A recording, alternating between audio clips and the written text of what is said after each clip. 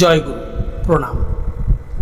এক ভক্তিমতী মায়ের চোখে দেখা প্রিয় পরম শ্রী শ্রী ঠাকুর অনুকূল চন্দ্রের দিব্য স্বরূপ, দিব্য পুরুষ শ্রী শ্রী ঠাকুর অনুকূল চন্দ্রের দিব্য জীবন দর্শন থেকে আজকের এই আলোচনা। আমি যখন আসি আশ্রমে তখন দেখতাম শ্রী শ্রী ঠাকুর ও মহারাজ বাদের ধারে দাঁড়িয়ে থাকেন ও অভ্যাগত সকলকে গাড়ু থেকে জল দিয়ে পা ধুইয়ে দিতেন ও নিজের হাতে তাদের গামছা দিয়ে পা মুছিয়ে দিতেন। কোনো জাতের বাজবিচার করতেন না। এরপর আমাকে একদিন বললেন, শান্তির মা, লোকের খুব সেবা করবি, আমি যেমন করি তেমনি করবি। ব্রাহ্মণ, ক্ষত্রিয়, বৈশ্য, শূদ্র সবার সেবা করবি, কিন্তু কারো কাছ থেকে একটি পয়সাও নিবি না। আমি এইভাবে 4-5 বছর সেবা করলাম। এই কিছুদিন পর শ্রী ঠাকুর বললেন, শান্তির মা, তুই মুড়ি ভাজতে জানিস? আমার খুব মুড়ি খেতে ইচ্ছা করছে। ঠাকুর বাজারের জিনিস খেতেন না, বাড়িতে যা তৈরি হতো তাই খেতেন। আমি বললাম, মুড়ি ভাজতে হলে কিছু সরঞ্জাম তো দরকার, সেসব তো আমার কিছুই নেই। তখন আশ্রমে বেশি ঘর ছিল না, আমি একটা ঘরের বারান্দায় থাকতাম। তাই বললাম, জায়গা বা কোথায় যে মুড়ি ভাজবো? শ্রী ঠাকুর বললেন, সব আমি ঠিক করে দিচ্ছি। তিনি সুশীল চন্দ্র বসুর হাতে 3টে টাকা দিলেন। তখন ধান 2 টাকা মণ, 2 টাকা দিয়ে 1 মণ ধান এবং 1 টাকা দিয়ে সাজ সরঞ্জাম কিনতে বললেন। সুশীলদা তাই কিনে এনে দিলেন। তখন আশ্রমের চারিদিকে জঙ্গলে ভর্তি। পাশেই একটু জঙ্গল পরিষ্কার করে উনুন তৈরি করলাম। তারপর ধান সিদ্ধ করে ভালো করে মুড়ি ভেজে শ্রী ঠাকুরকে দিলাম। তার কি আনন্দ! তিনি নিজে খেলেন এবং যারা তার কাছে ছিলেন সবাইকে খেতে দিলেন। সবাইকে বললেন, দেখ কেমন সুন্দর মুড়ি, ঠিক যেন কচুরি। এভাবে কয়েকদিন কাটলো। আমি মুড়ি ভাজতে লাগলাম, আর শ্রী ঠাকুর নিজে খেতেন এবং সবাইকে বিলি করতে লাগলেন। তখন তপবন বিদ্যালয়ে কিছু ছেলেরা থেকে পড়াশুনো করত। তারা সকলে মুড়ি জলখাবার হিসেবে খেত। পাশের হালদারপাড়া থেকে তারা মুড়ি কিনে আনত। শ্রী ঠাকুর তপবনের শিক্ষক ইন্দুদাকে ও ইসুদাকে বলে দিলেন তারা যেন মুড়ি আমার কাছ থেকে কেনেন। তারপর যারা তার কাছে আসতেন তাদের বলতেন তারা মুড়ি কেনেন কিনা, যদি কেনেন তবে যেন শান্তির মার কাছ থেকে কিনে নিয়ে যান। এভাবে তিনি সবাইকে বলে দিলেন। আমি মুড়ি ভাজতে লাগলাম। শ্রী ঠাকুর একটা রুমাল হাতে করে এসে দাঁড়াতেন। সকলের নিকট থেকে মুড়ি বিক্রি করা পয়সা নিতেন। আমি একটা কৌটো নিয়ে পাশের দোকান থেকে 1 পয়সার মুড়ি কতটা হয় তা মেপে এনেছিলাম।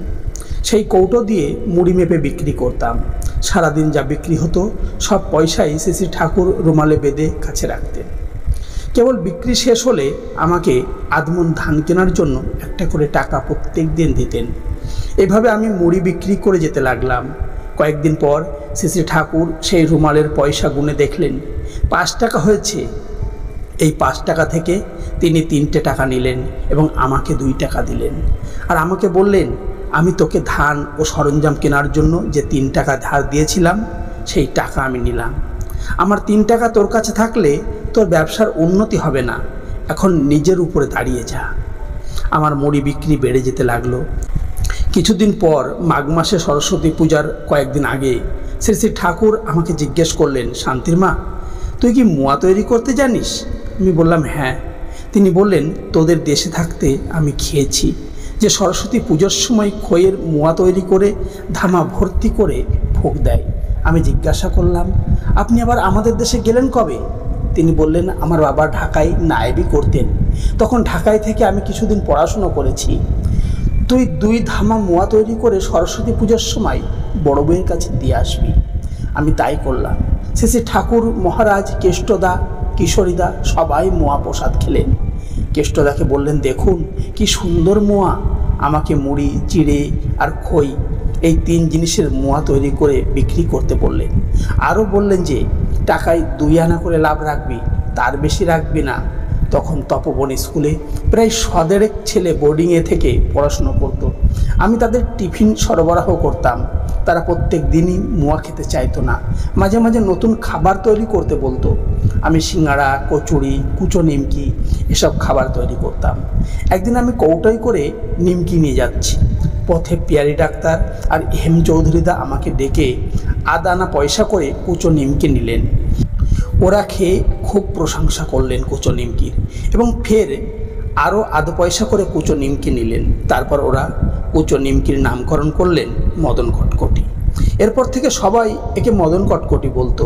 একদিন সন্ধ্যায় আমি তপবনের ছেলেদের টিফিন বিক্রি করে ফিরে আসছি, দেখি শ্রী শ্রী ঠাকুর ডিসপেন্সারি বারান্দায় দাঁড়িয়ে আছেন। আমাকে ডেকে কৌটায় কী আছে দেখলেন, বললেন, দেখে তো আমার খুব খেতে ইচ্ছে করছে, কিন্তু বিক্রির জন্য যে জিনিস তৈরি করেছি তা আমি শ্রী শ্রী ঠাকুরকে দিলাম না। পরদিন শ্রী শ্রী বড়মার কাছে শুনলাম যে শ্রী শ্রী ঠাকুর তার কাছে মদন কটকটির গল্প করেছেন। শ্রী শ্রী বড়মা বললেন, আমাকে কিছু দিয়ে যাস, আমি খেয়ে দেখি, যদি ভালো লাগে তবে শ্রী শ্রী ঠাকুরকে খেতে দেব। বড়মাও খেয়ে খুব প্রশংসা করলেন মদন কটকটির এবং শ্রী শ্রী ঠাকুরের জন্য কিছু দিয়ে যেতে বললেন। শ্রী শ্রী ঠাকুরকে জিজ্ঞাসা করলাম, তেলে ভাজবো না ঘিয়ে ভাজবো? শ্রী শ্রী ঠাকুর তেলে ভাজতেই বললেন। পরদিন শ্রী শ্রী ঠাকুরকে তৈরি করে দিলাম। শ্রী শ্রী ঠাকুর তো প্রশংসায় পঞ্চমুখ হয়ে উঠলেন। আমাকে ডেকে বললেন, এর নাম মদন কটকটি কে রাখলো? আমি বললাম, পিয়ারি ডাক্তার আর হেম চৌধুরী এই নাম রেখেছে। শ্রী শ্রী ঠাকুর বললেন, না, এর নাম মদন কটকটি নয়, কটকটি ঠিক থাকবে, তবে মদনের বদলে মালাই হবে, মালাই কটকটি।